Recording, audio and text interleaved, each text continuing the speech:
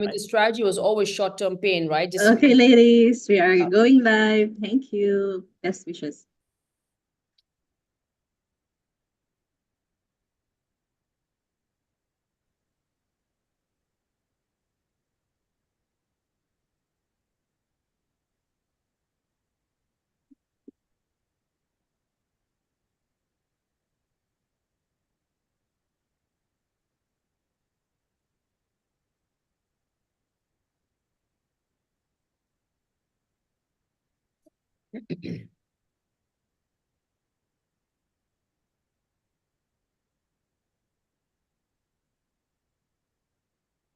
Good morning, everybody, and welcome to the Daily Energy Markets podcast. It is March 11th, and we have Brent crude oil trading down a little, or sort of unchanged actually at the moment. It's but below $70 a barrel, 69.33 on Brent, and 66, just a penny above $66 on WTI. Starting to consolidate below that $70 mark a week or so after OPEC Plus decided or announced that their plans to proceed with the April 1st supply increase, the start as the CEO of Gunvor said yesterday at CERAWeek, a rounding error. It's 150,000 barrels coming from OPEC Plus in April 1st is simply a rounding error, i.e. an insignificant amount of oil, but nonetheless enough to push prices below $70 a barrel, or at least help it in that direction. Let's kick off this morning with Vandana Hari, founder and CEO of Vanda Insights. Vandana, your thoughts on this price consolidating below $70 a barrel, and is there a silver lining in that for the OPEC Plus countries? Hi, Sean, and hi, everyone. I do see a floor around 69.70, so I would be extremely surprised to see any further downward spiral in crude prices. So I think OPEC Plus can keep its powder dry for the time being. It's really the tariff tantrum right now, which we're seeing unfolding in a huge sell-off in the stock markets as well. We were just talking about it offline. And really, the oil market's not having very many convincing, tangible other fundamentals to look at. Is basically just going in lockstep with the sentiment around all the other risk assets. Sean, I do see this as a sort of game of chicken now between investors and the Trump administration officials. Of course, we had over the weekend, as you mentioned in your headlines as well, Trump refused to rule out a recession in the US. I think that made a lot of investors hit panic buttons yesterday. And it seems overnight, with a further slip in all the US stock market indices, the Trump administration officials have doubled down. They're saying that the animal spirits in the stock markets are not quite reflective of the optimism and positivity they're hearing from the business leaders in the US. So where does that leave oil? I think pretty much remaining tied at the hip with the sentiment in the financial markets. Really have to see who blinks first in this, because I think the investors are giving a big thumbs down to Trump, but he's in no mood to listen. Let's welcome Rosemary Griffin, OPEC Plus lead reporter at S&P Global Commodity Insights. It looks like the only OPEC correspondent, or only energy correspondent at S&P who didn't get an invite to go to Houston, it would appear, Rosemary. Lucky you, no jet lag to deal with there. But your thoughts on the OPEC Plus decision? I mean, it doesn't feel like this is a market that wants more oil. Is there another thing on the OPEC Plus agenda here, perhaps market share? Yeah, I think that it's an interesting time for them. If we look at their last market report, we'll have a fresh one out tomorrow. but they were really saying that this uncertainty, which is driven by US policy, is creating the risk of supply-demand imbalances that don't actually reflect market fundamentals. So whether you take that at face value, I don't know. I think that just immediately after the decision, we call around delegates and we ask them, what was the logic behind the decision? And this was one time where we had a lot of responses, which were essentially, this is not a good time to be doing this. Of course, they can change tack, and Russia's lead OPEC Plus negotiator, Deputy Prime Minister Alexander Novak, implied that last week that they may do something. But I think at the moment their biggest problem is compliance. It really is proving very difficult for some countries, particularly Kazakhstan, which had the expansion of Tengiz at the start of the year. So I think compliance is going to be a really big thing to look at. If we see a lot, if we see them fail to improve those compliance rates, then we could see some change of strategy. Let's welcome Maliha Bengali, founder of MB Commodity Corner. Maliha, your thoughts? We had Vandana there sort of stick the two things quite close together, i.e. the declining energy price and the sell-off in the financial markets. Your thoughts of the nexus between these two things? Because oil has been fairly dancing in a separate corridor for a long time. We've had the financial markets rallying to record after record, while oil has sort of remained outside the party. Are these two parties now merged together? How are they impacting each other if they are?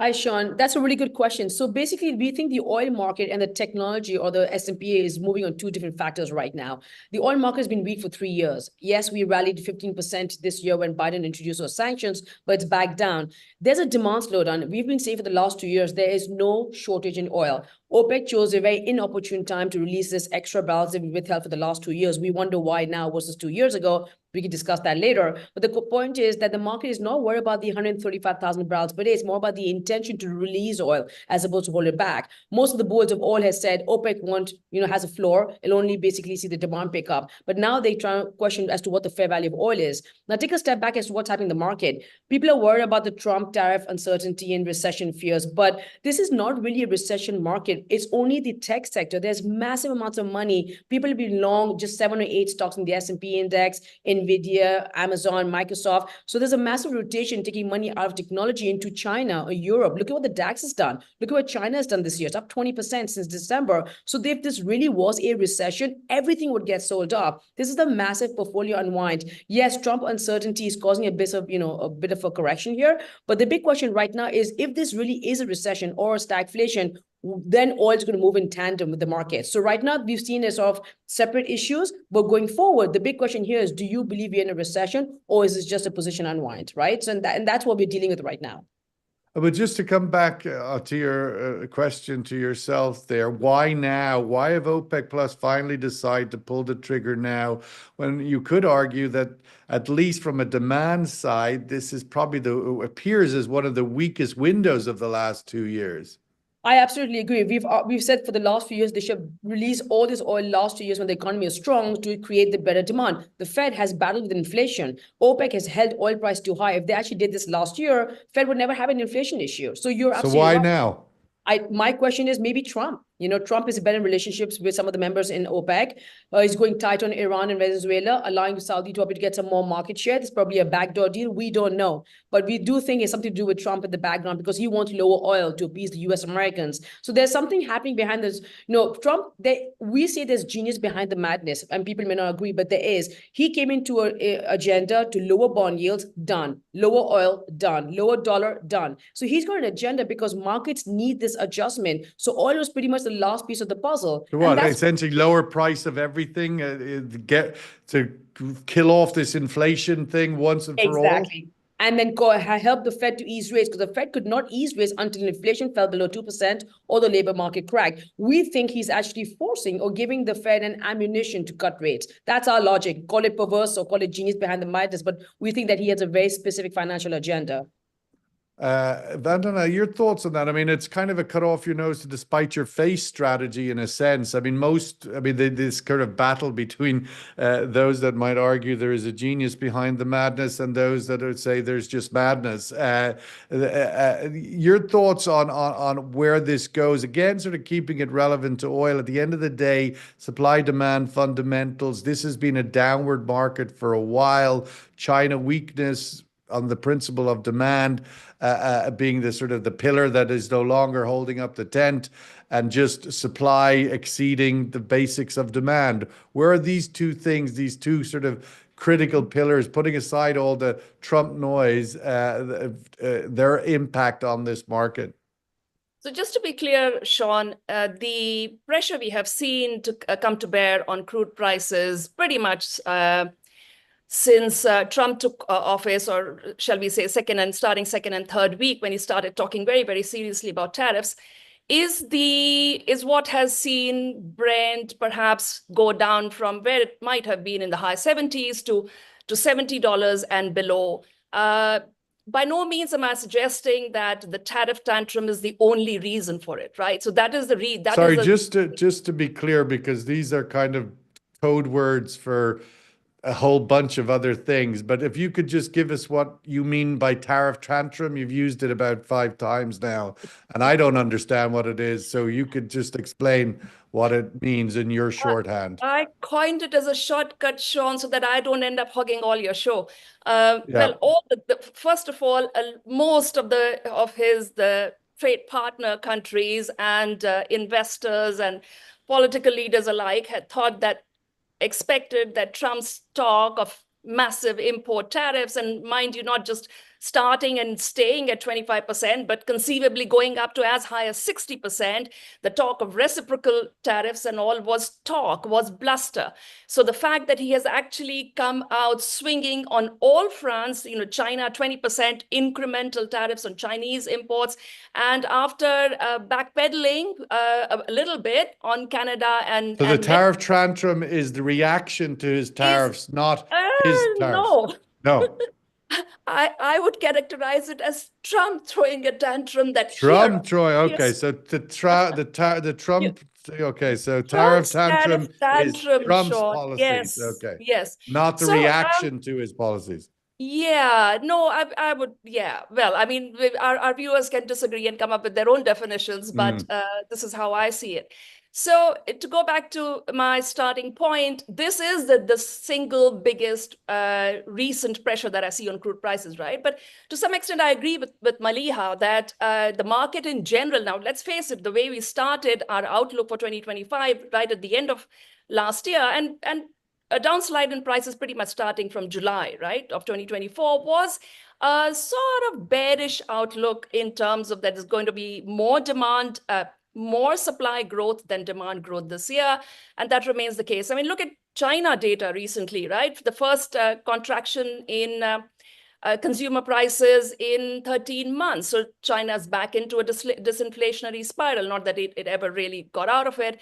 Chinese crude imports in the first 2 months of the year are down 5% year on year. So that's, almost 500,000 barrels per day.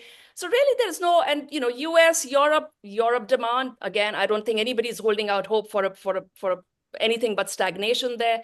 So there's really no bright spot in terms of, if you're looking at major demand centers, there's no bright spot.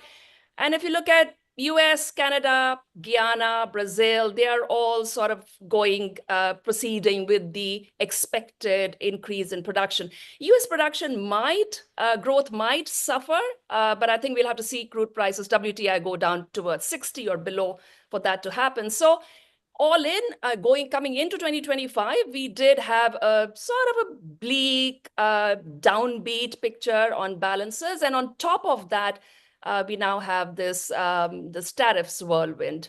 I'll change my term. Well, there's all sorts of things all sorts of terms, but it's a good one. Tariff tantrums. It's just important to understand what it means. The Rosemary, in terms of the outcome, whether by default or design here, and that's kind of one thing I'm still grappling with. in this decision that OPEC Plus has made to move forward, which I think is important because it might indicate how far we go here, right? Because this is just, as you said yourself, they could change course any time. They say it all the time. This is a 1 month at a time thing, and it's only, as the Gunvor CEO said, a rounding error in April, 150,000 barrels. But ultimately, my question is this a market share strategy that, and if so, will it succeed? We've been discussing for some time here. At what point will OPEC Plus support the price to the extent in which others get to reap the rewards? And we were looking at a year and are still looking at a year here with a fairly low demand growth forecast, most consensus around a little above 1 million barrels a day. And most consensus was that 1 million barrels will be swallowed by non-OPEC countries. Does this decision change that narrative, change that outcome? I think one thing we haven't mentioned so much is the supply risks. Obviously, if I had a crystal ball and could tell you what the situation is going to be like in April, I would be a richer lady than I am. That's why you're paid the big bucks, Rosemary, and invited on the DEM podcast, you know. But there are some real risks, and one of the things since perhaps the first year of the war, we did see a lot of price volatility, the war in Ukraine, that is. But since then, the market has frequently shrugged off these really massive geopolitical swings and these, potential quite serious supply risks. And part of that is because even though you've had explosions in Russia, you've had all the Houthi attacks, the actual supply impact has, as you know, not perhaps met the headlines. Having said that, a lot of the sanctions policy coming out of the US, it could really result in quite a lot of barrels leaving the market. Obviously, there's been a lot of focus on this potential for a ceasefire in the conflict in Ukraine. But until we actually see that happen, you could see quite a lot of pressure coming out of the US. I mean, Trump has said this himself, that he might, really hit Russia hard with sanctions and tariffs if he doesn't come to the table and if they can't actually achieve a negotiated settlement. There's also obviously been a lot of attacks on energy infrastructure in the region. We've seen a lot of refining capacity in Russia being targeted. We saw the CPC pipeline, Kazakhstan's main export route, targeted as well. And so if we did see one of these attacks really take out or really disrupt supply flows, then that could have a big impact. We've also have Venezuela and Iran, obviously. So over the next month or two, we could see some movements there. They both significant. We did have the Secretary of Energy of the U.S. yesterday in Houston at CERAWeek saying that it is the intention of the U.S. government to put the maximum pressure, replicate what they did in the last Trump administration, i.e.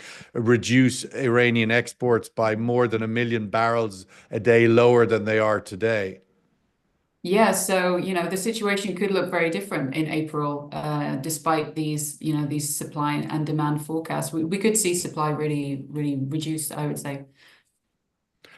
Maliha, when do the financial investors come back into the energy markets? I mean, if the lower we go, the more likelihood that one could predict a direction of travel, i.e. upward, rather than this uncertain period at the moment. Your thoughts of what the pathway through this year that could bring the financial investors back into the energy markets?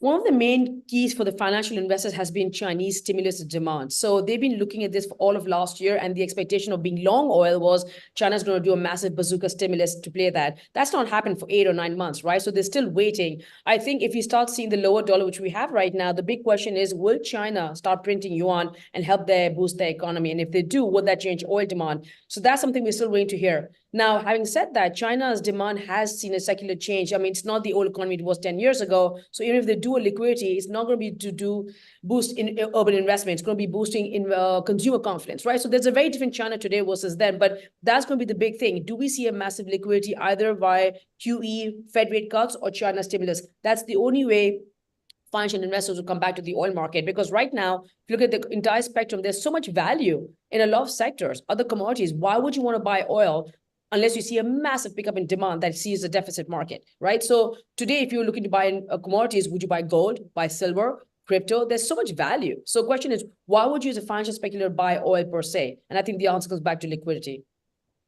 Well, I suppose you would buy it because the direction of travel is more predictable in the sense that it is an upward one. That if it gets down into the consolidates at these levels. Let's go to the survey question and get a view of the room on that, which is ultimately, will OPEC Plus reclaim market share from non-OPEC if Brent remains below 70 for a sustained period?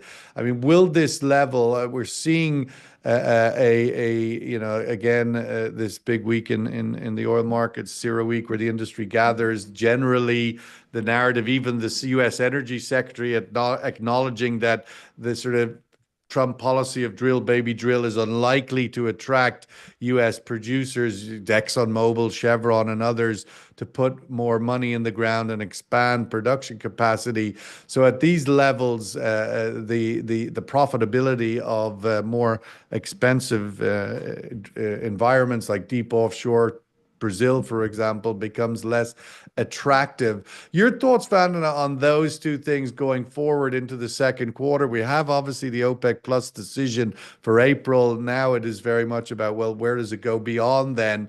Do these sorts of prices achieve that sort of silver lining for OPEC Plus of getting some of the market share this year?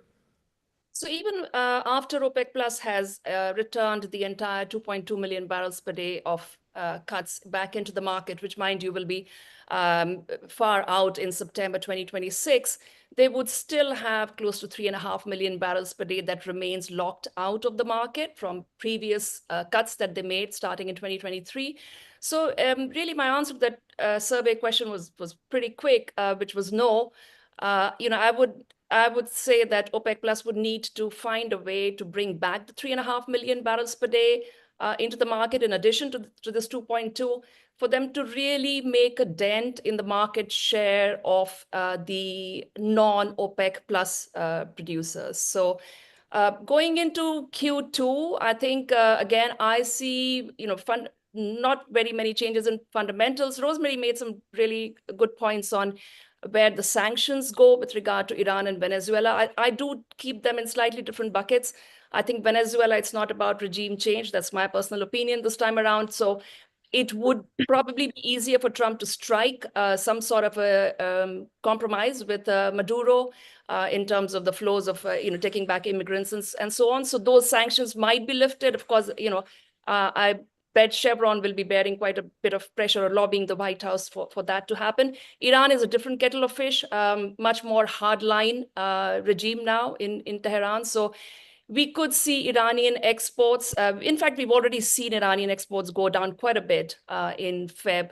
So that could continue to happen. Really, and that's principally because the means Chinese are getting a little cold feet about that is one. Cold feet. Chinese demand is also down, Sean. So that's who else is going to buy Iranian crude? If Chinese overall crude purchases are down, and as part of that, basically your purchases are down, and then you're saying that it's just too much hassle to try and circumvent these sanctions. So why would you do it, right? And whenever there's a downturn and drop in Chinese refinery operating rates, more often than not, you see the teapots suffer more. And the teapots at the end of the day are the main consumers of Iranian oil. So all of that sort of points in one direction, that less Iranian oil will be going into the markets, whether or not the US clamps down even more. So looking out into Q2 rather, I would say that I would expect the economic sentiment and especially revolving around tariffs to continue to be the main driving force for oil sentiment. Malia, on that point, I mean, the sort of bigger picture strategy, as you articulated earlier, that Trump gets around or gets to the Fed into a more proactive easing cycle, like they were kind of meant to be on last year, and if you like, postponed, and this sort of tariff policy and push for lower oil prices and gets the Fed back onto a lower trajectory on rates. Does that rejuvenate the economy? Does that get people back in their car? I mean, how does that drive, if that is the strategy, and whether it's strategy, design, or default, it is the outcome, the easing cycle restarts. Is that good for oil in the second half of the year?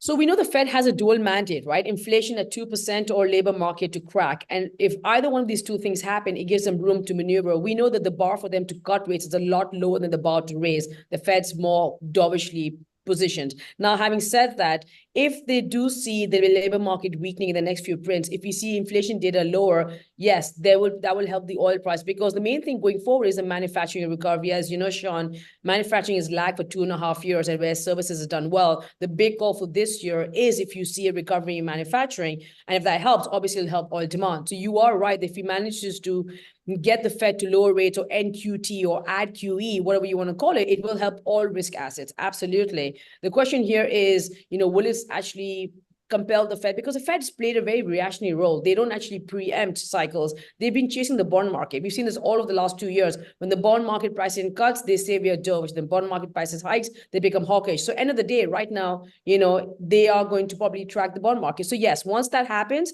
it will help the oil price for sure, because then we can talk about the ISM recovery or manufacturing recovery, but it's still not certain yet, right? We've seen 2 months of very good ISM data, and right now the market's still teetering on the border of a recession or not. So it's going to be a call right now on that.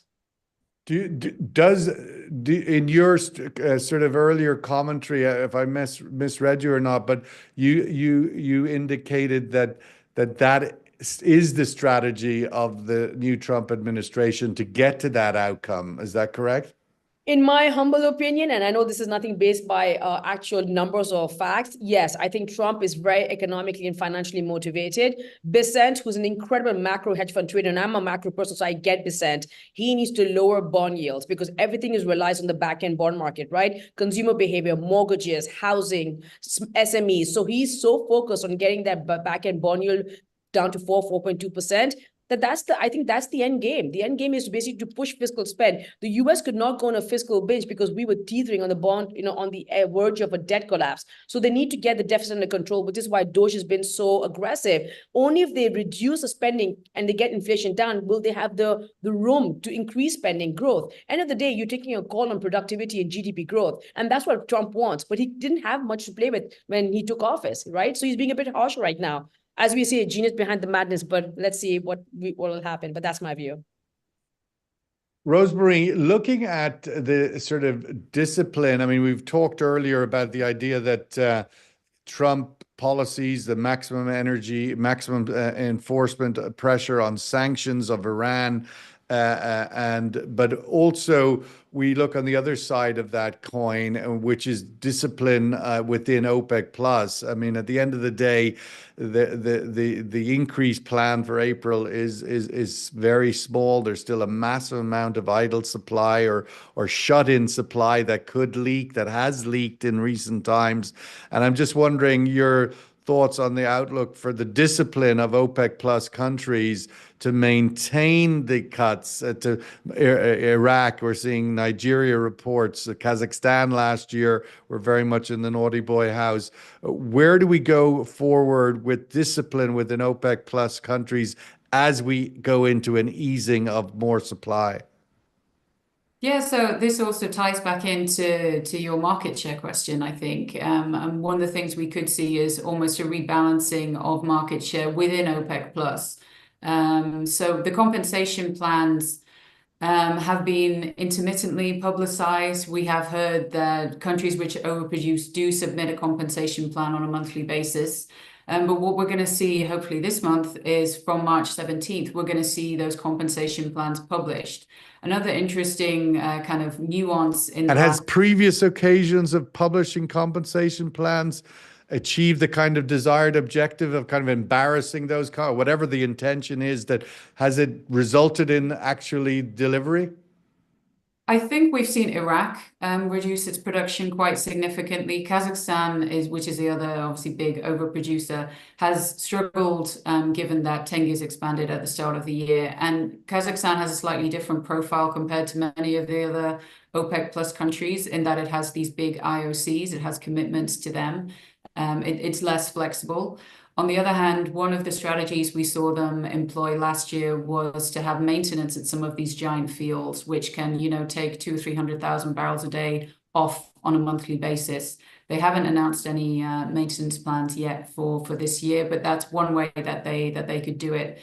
The other thing I think is that OPEC is now insisting that these compensation plans will be front loaded.